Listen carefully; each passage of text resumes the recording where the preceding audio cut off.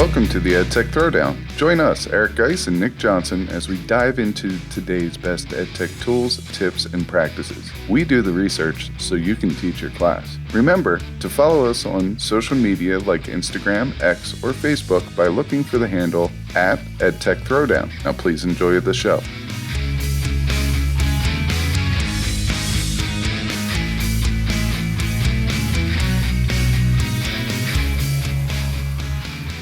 Welcome to the EdTech Throwdown. This is episode 212 called AI Uses in the Classroom from NJECC 2026. In this episode, we'll share 4 ways that AI can be used to support student learning. This is another episode you don't want to miss. Check it out.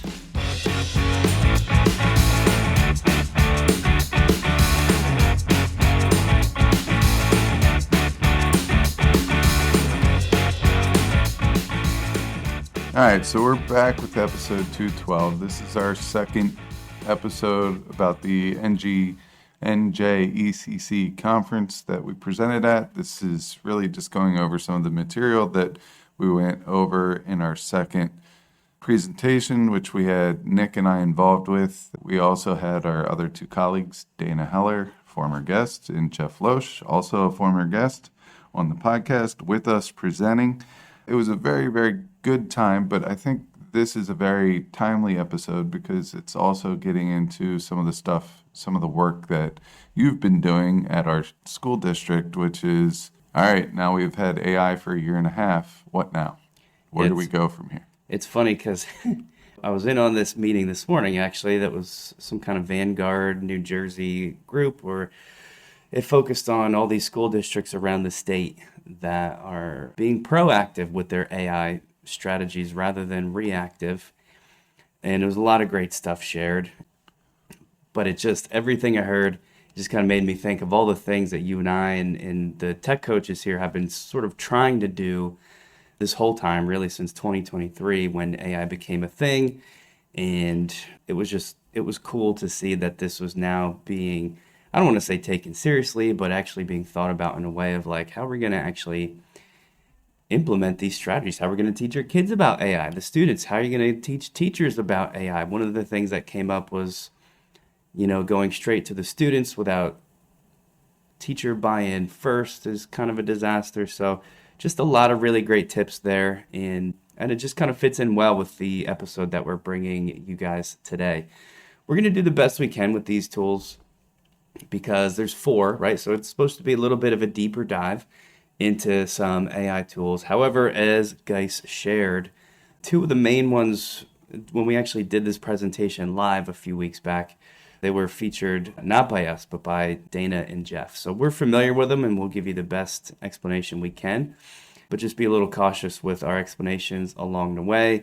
Most of this is so simple that it's more just about sharing these ideas and possibilities, which I think is kind of the main point anyway, and likely why you are listening to this episode. So I'm excited to share these 4 things though, and also happy to be back in AI land. At this point, let's pause for a word from the Teach Better Podcast Network, and then when we come back, we'll get into these 4 AI uses.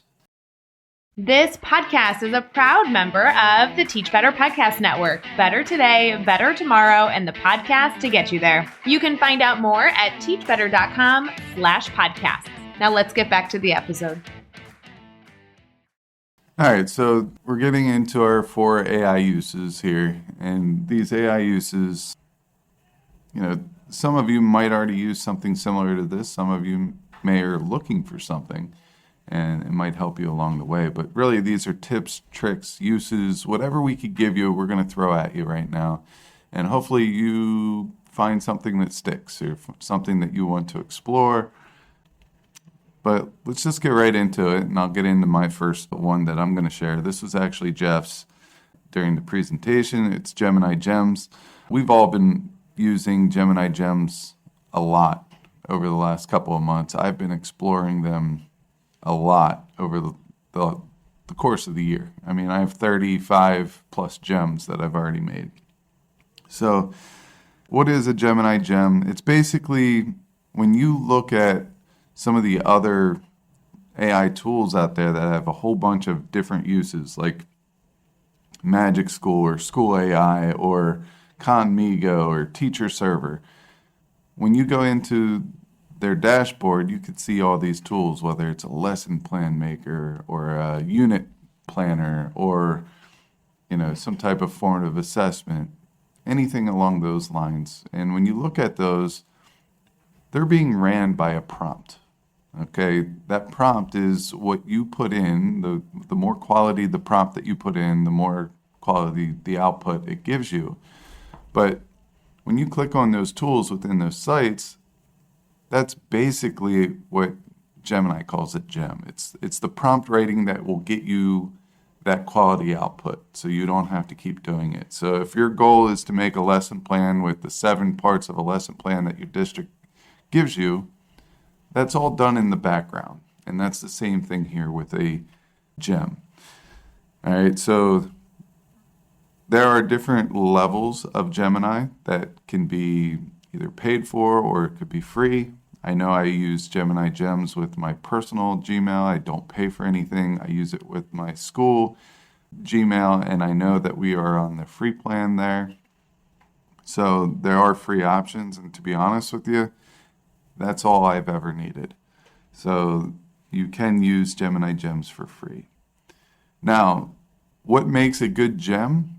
Well, the prompt behind it makes a good gem. And in the resource section, I go over how I write prompts, and I use PAC as my way of writing prompts. PAC stands for 4 different things that I want you to do.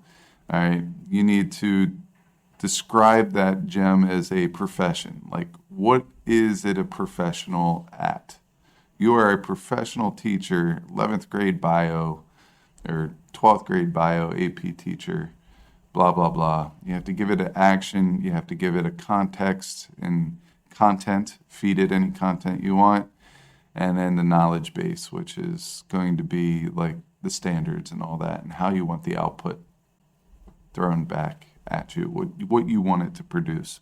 All right, so you could take a look at PAC prompt writing, which is going to be later on in this slideshow that we are sharing with you.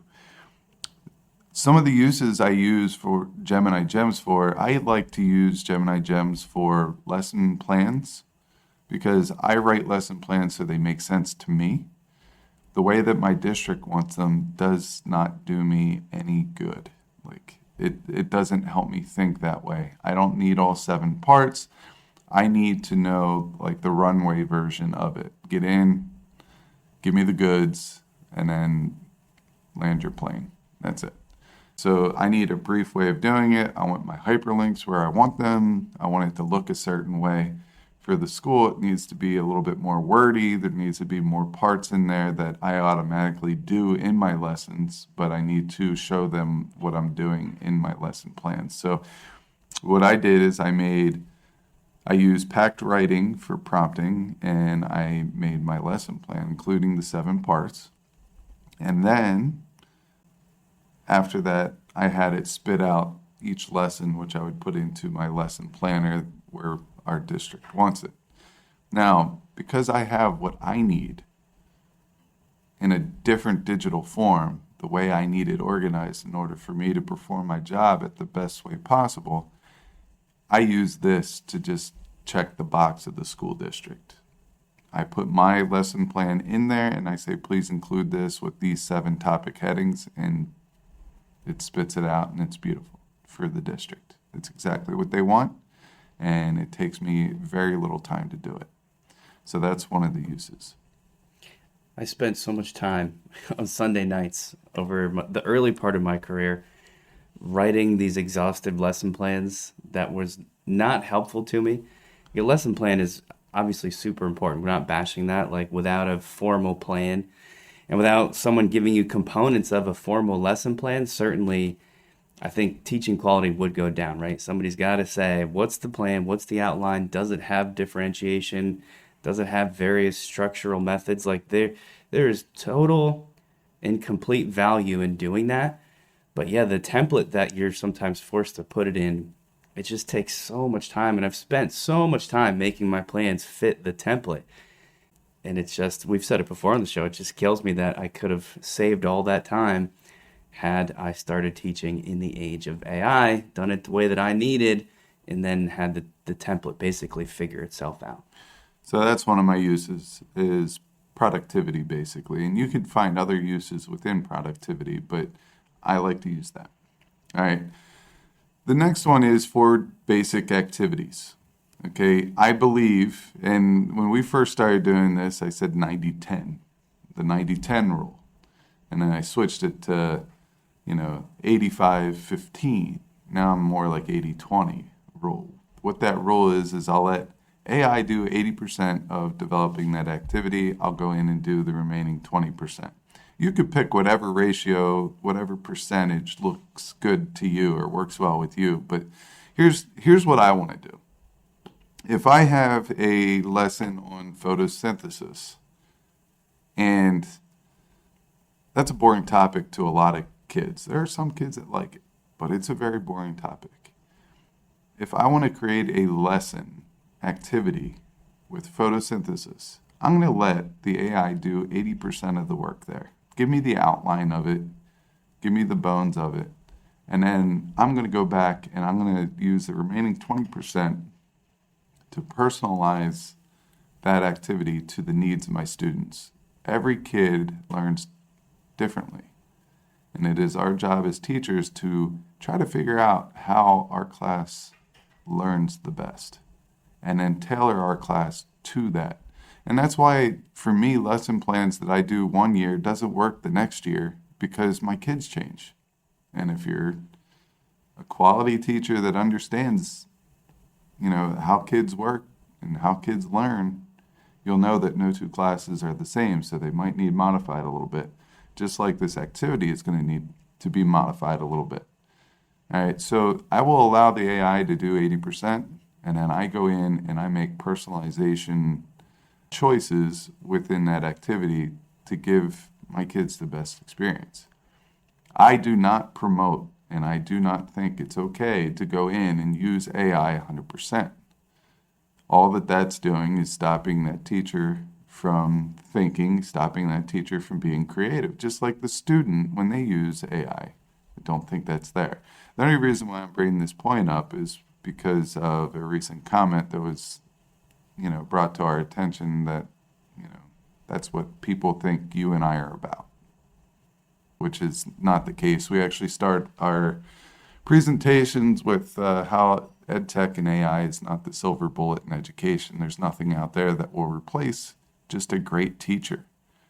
In order to be a great teacher, I think we need to go the extra mile there. But if AI is going to afford us the opportunity to get some of our time back so we can, one, find ways to de-stress or spend time with our family, or better yet, put extra effort into making new learning experiences, then I'm all for it. So the first one is productivity. The second one is the help with content area. And the third one is to personalize my classroom or get to know my kids. Sometimes I have a gem that I made that is for caricatures. I take a picture of someone or something, and it makes a caricature of that person. All right, I might put in there, like if I took a picture of you, I would probably put in a podcast microphone. I would probably put in hiking stuff or mountains in the background. I would probably put in cats and random chemistry stuff and say, add all that into the caricature, and it makes me a picture of you as a caricature with all those things. So I like doing stuff like that. The kids like it. I like doing it. I think it just builds a little bit of a rapport with the kids. I think that's good to point out too before we wrap up gems is like you can set what the output of the gem is. It's not necessarily text like a lesson plan. It could be an image. You can tell it to use Canvas, one of the other Gemini tools. There's like 5 options there now.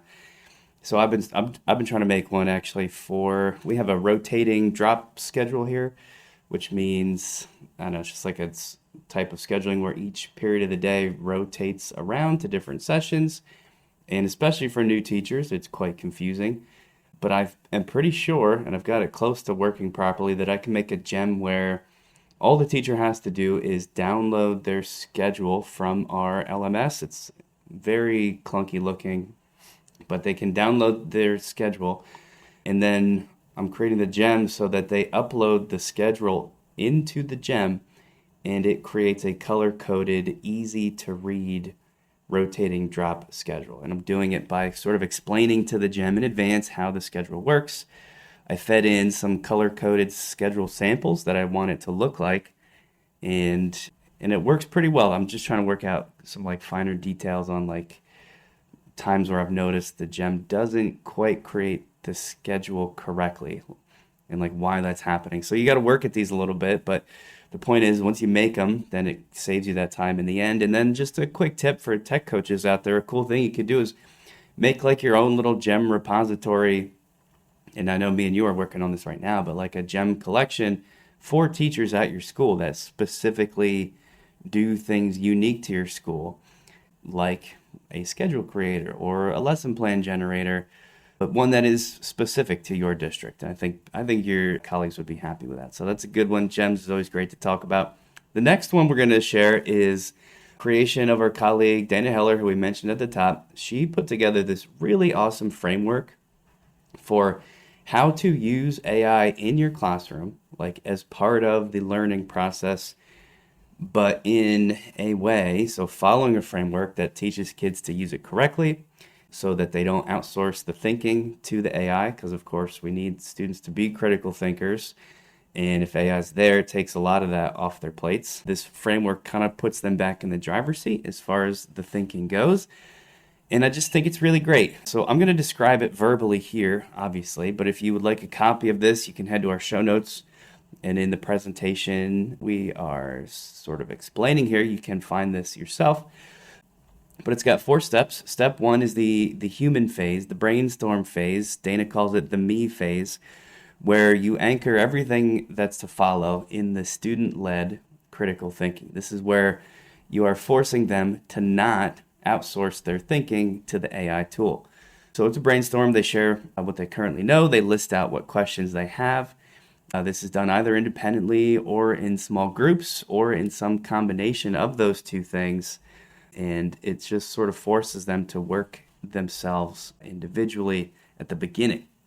Phase 2 of the process, once you've kind of made them do some of that initial thought, that's where the AI comes into play. So they're going to then open up whatever AI chatbot you want them to use, Magic School, Gemini, School AI, whatever your school allows.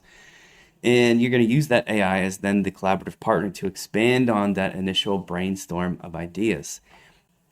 The beautiful part of this framework is we've got like a specific checklist of things to provide to the kids, like to use when they're interacting with the AI. So it's, just as one example, it makes them check off, I am using AI to help with ... And then they check off providing an outline, providing an example, exploring inquiry topics, asking questions, creating an image. So they have to think about what do I actually need the AI for? What am I going to ask it? There's a whole section in here about prompt writing. It gives them examples of good prompts and bad prompts. So you're also helping them to be like effective users of AI, because as we've talked about many times, a crappy prompt gets crappy results. And then, so that's where the AI comes in, is like a learning partner to build on the initial brainstorm. Step 3, my personal favorite part, is she called it the human filter. Because, and I've been saying this so much over the past couple weeks, a lot of the stuff that you get from AI is just not very good. I mean, it can be shockingly high in quality, but buried within all that are facts that are wrong. I've seen it in the chemistry questions I've been asking it myself recently, just because of all the content knowledge that I have with chemistry. As I'm reading through, I'm like, oh, well, that's actually not true. So you can imagine if a student was reading that, they wouldn't know it wasn't true. They would just be then moving forward with this inaccurate information, right? So you need to make sure kids know that this happens. And that's what this step 3 is all about. So they take the AI output and they analyze it. And she's got like a whole checklist for doing that too, like actual specific things that the kids need to go through item by item to consider the bias of this stuff, to consider the accuracy of those facts. One of them on here is, did you ask the AI chatbot for its sources, and did you read those sources? Because again, showing them that it can give you wrong facts and often does, and you got to actually consider those things. And then the last part is a reflection on the whole process. So the objective here is to help them synthesize the learning and sort of think back over the whole process. And then also thinking about what role the AI played, which is extra cool, because what could come out here is like, maybe the AI wasn't even super helpful for me for this particular type of question. And now they know that for the next time. Or the AI was actually really good at this thing, and now they know that's there. And then in the document at the end, she's got a bunch of examples. It's just really great, and I think it fills a gap that a lot of teachers have, which is like, okay, district, you're saying we can use AI with students now. What does that look like? That's what this framework is all about. So I'm a huge fan of this. Yeah, it sounds really cool, and anything that gives you kind of checkpoints along the way, I think is a great addition to this. And I know Dana's worked extremely hard on this, and it's very well received within our district from what I hear. We'll get into my next one. The next one is it's one of our favorite tools. It's one of our favorite AI tools. It's called NotebookLM. We brought it on the show many times, and we will probably continue to bring it on to the show as long as they keep throwing updates at us. All right, I'm going to praise it a lot, and then I'm going to chop it down a little bit, and then I'll praise it again. But NotebookLM, if you think of the internet as one big search engine, when you use AI, a lot of times it brings in a lot of information that is either false or it isn't really what you want. It's I don't know, it's too extreme, meaning you want to focus on one particular topic and it's bringing in all this extra information. So in NotebookLM, all right, think of a notebook. It will only take the information within that notebook and make resources based on the information that you give it. So you could upload all these different resources, research articles, you could upload books if you print a digital version of books, PDFs, you could copy and paste things in there. And then once you have all those resources in there, you could ask it questions based on it's only going to use those 4 resources, and it's going to spit out all the information. So if I have 4 resources, and I'm going to use photosynthesis again in there, and I'll be like, what is the role of chloroplasts in photosynthesis? It's going to go through those 4 resources and only pull information found within those 3 or 4 resources. And then it's also going to give you where it got the information, and it's going to organize it in a nice way. Now, based on the information that you upload, you could also create other things. Some of the things that you could create are AI podcasts, and they sound, right now it's just a lady and a gentleman speaking, but it sounds informal. It sounds like a real podcast, real people. There's some pauses and things like that to humanize the podcast to make it not seem like a robot. You could do videos. It now makes videos. And what it will do, if you upload a presentation, like a PowerPoint or Google Slides or Canva Slides presentation, if you put that in there, it will take some of those slides, bring it into a video, and explain what's going on within photosynthesis. It will also make timelines, infographics, flashcards, review sheets, note sheets, guided notes. Am I missing anything? I know there's more, but I think summaries? I think you got them all, other than it'll also do anything. It has in the middle, it's just like a standard chatbot feature. You can just tell it what you want it to do with that info, and it'll do it. So you've listed out all of the specific studio items. Yeah, so on the right is the studio. The middle is this chatbot feature. So if you would go into any type of AI and you would type any question or anything there, that's where it builds that working document or that working chat log. It still has that, but on the right is the studio with all the tools that I mentioned.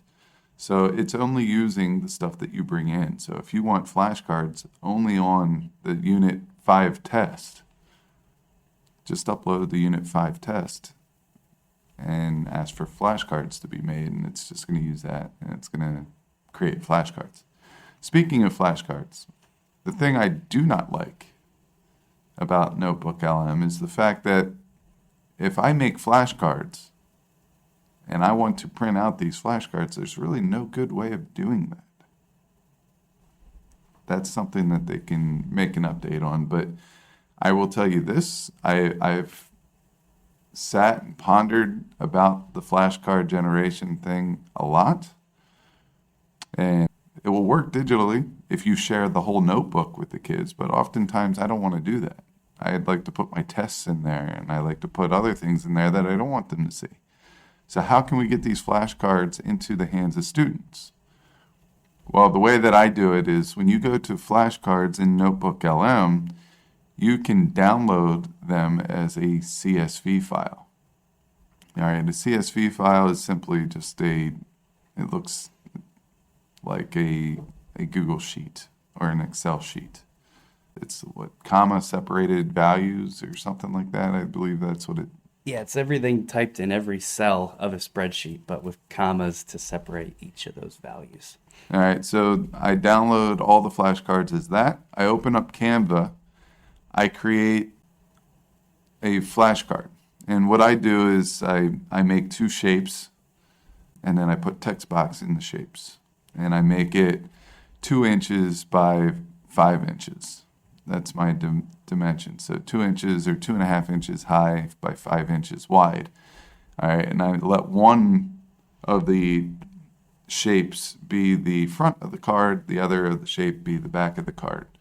And then what you do is you go into Canva, bulk create. That's in the app section. You click on that, and it's going to allow you to go into that CSV file. And everything from column 1, you can attach to the left side of your template that you just made. So the left shape with the text box.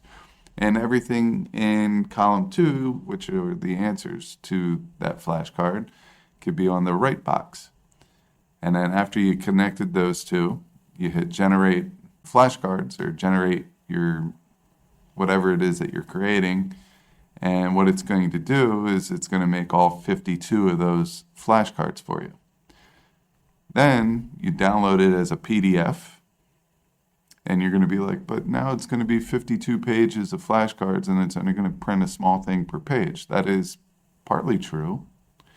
But if you go to File Print on that PDF and you select multiple pages per sheet, you could fit 5 or 6 flashcards, on there. If it's 2 inches high, you could almost fit 6, but 5 comfortably. And then you would print these out for the kids. They would cut them. They would fold them in half and either tape them or glue them or staple them to get their flashcards. So I've done that this week with another teacher. I went through this process and made a YouTube video out of it. It is not hard at all. It took us roughly, start to finish, about 7 minutes, and that includes the cutting them out and stapling them. It took us 7 minutes to make a class set. I believe it was 26 flashcards. So that's an easy way of doing it. I attached that URL for that video into the show notes. You could have that. I'm hoping that Google decides to bring some type of an update that allows us to easily download these flashcards and some of the other resources into a format that is more user-friendly outside of the notebook that you just created. And then last but not least, I'll do this one quickly because I think this has come up in a recent episode. I shared my 3 favorite tools, or 3 examples at least, from Google Labs. Google Labs is the home for all of Google's experimental AI tools, and it's fun to just kind of troll through there. Actually, during this episode, I went back there, and on their main page, they're featuring a new one called Stitch, which I don't really know what it is. They like to keep it almost vague and mysterious on there to kind of entice you to go check it out. And it is working on me because I'm like, ooh, Stitch, what is that all about? It looks super cool. Maybe like a design thing similar to Canva. I don't know, but that's the point of Google Labs. You're going to see like the cutting edge uses of AI. The 3 that I talked about were Say What You See. So if you head to Google Labs, you can search for that. It's called Say What You See. And it's a game that you can play with students to help with their AI literacy, to teach about prompting. So it gives them a sample image and they have to try to write a prompt to generate the most similar image possible. And it's going to help teach them skills about, what it means to write a good prompt and what less detail gets you versus what more detail gets you. So that was the first one. The second one I shared is called GenType, which allows you to create not actual like typable fonts, but I'm going to call them fonts because that's really what it is. Essentially, special made alphabets to look like whatever you want. So if you wanted an alphabet that was made of balloons, let's say, like balloons in the different shapes of the letters, you can have that. The AI is going to generate all those images, and then you've got them as picture files to use in maybe a presentation or a design or a poster that you're trying to make. Super cool. And then the last one I gave was as an example of some other things that you'll find on Google Labs, which is stuff that's not even out yet. This one is called CC, and it's supposed to be an AI productivity agent that incorporates with your email and essentially does stuff for you. So it turns your whole inbox. You have to give CC access to your inbox, but like when you do that, it'll automatically go through your emails for you and itemize them. It'll give you summaries. It'll let you know each morning, like here's the things that are happening today based on, the dates and times that have been provided in emails that you've gotten, essentially trying to turn turn CC into a little assistant for you that helps guide you through your day.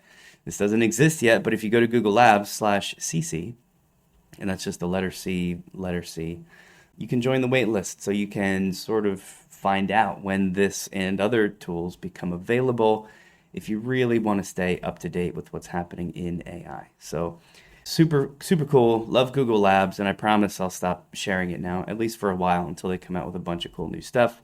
That also wraps it up for this presentation. That wraps it up for NJECC from the 2026 school year, other than, like we hinted at last time, a potential guest in an upcoming episode from a connection that we made at this year's conference. But that's it for us, at least. As always, thank you for listening.